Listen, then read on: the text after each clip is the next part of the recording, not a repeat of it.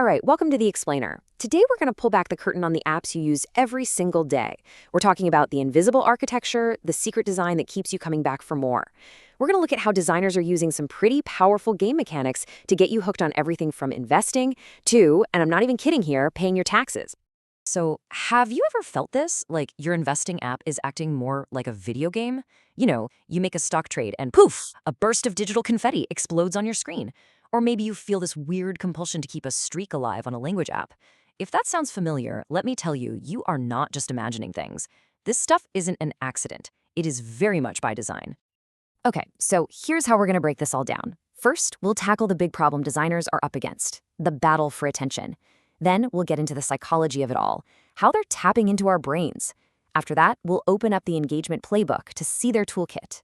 Of course, this is a double-edged sword, so we'll look at the darker side. And finally, we'll ask the big question about the future of responsible design.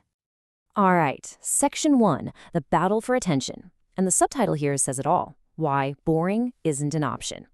See, in our world today, there's just infinite distraction, right? And a lot of the stuff we have to do, like managing our money, saving for the future, even paying taxes. Let's be honest, it can feel complicated, super boring, and just not engaging at all.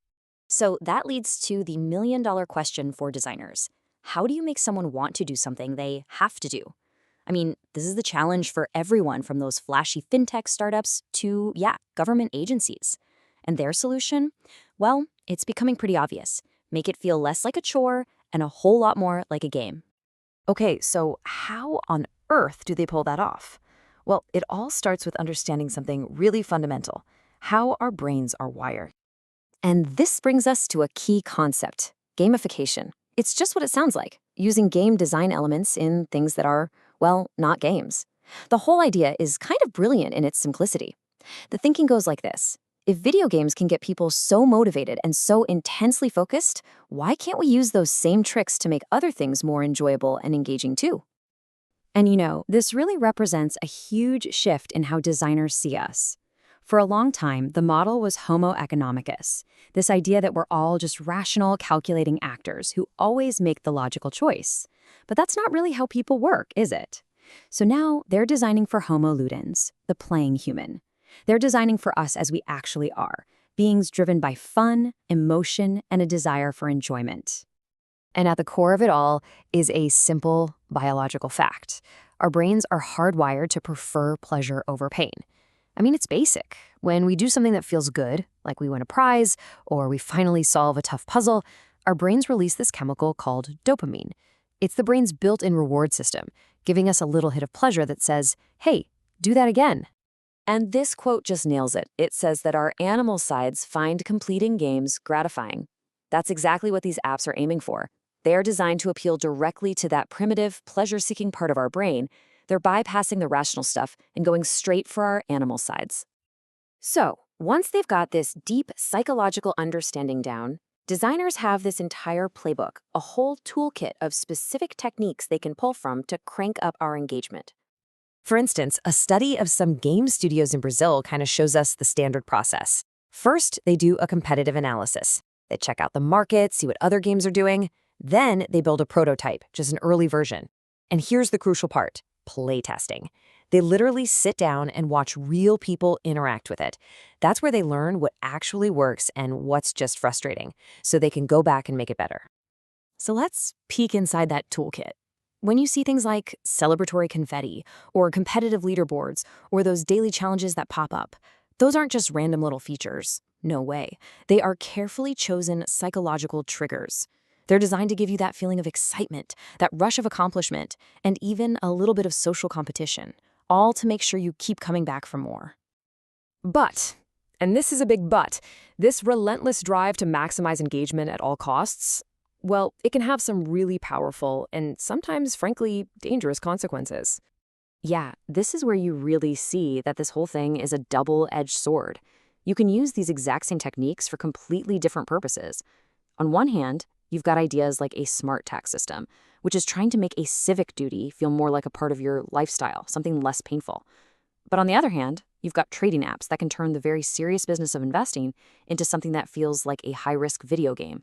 And this This is the tragic reality of what can happen when that goes horribly wrong. In June 2020, a 20-year-old student took his own life because he believed he'd lost nearly $750,000 on one of these gamified trading apps.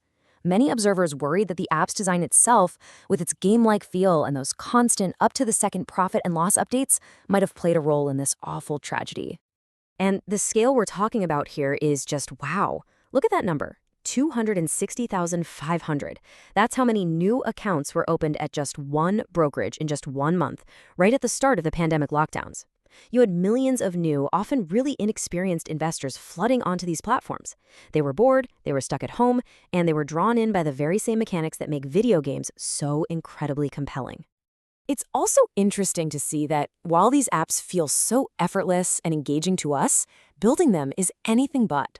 Even the game studios that are masters of this stuff face some pretty big hurdles. Research shows that their biggest challenges are, you guessed it, money and time.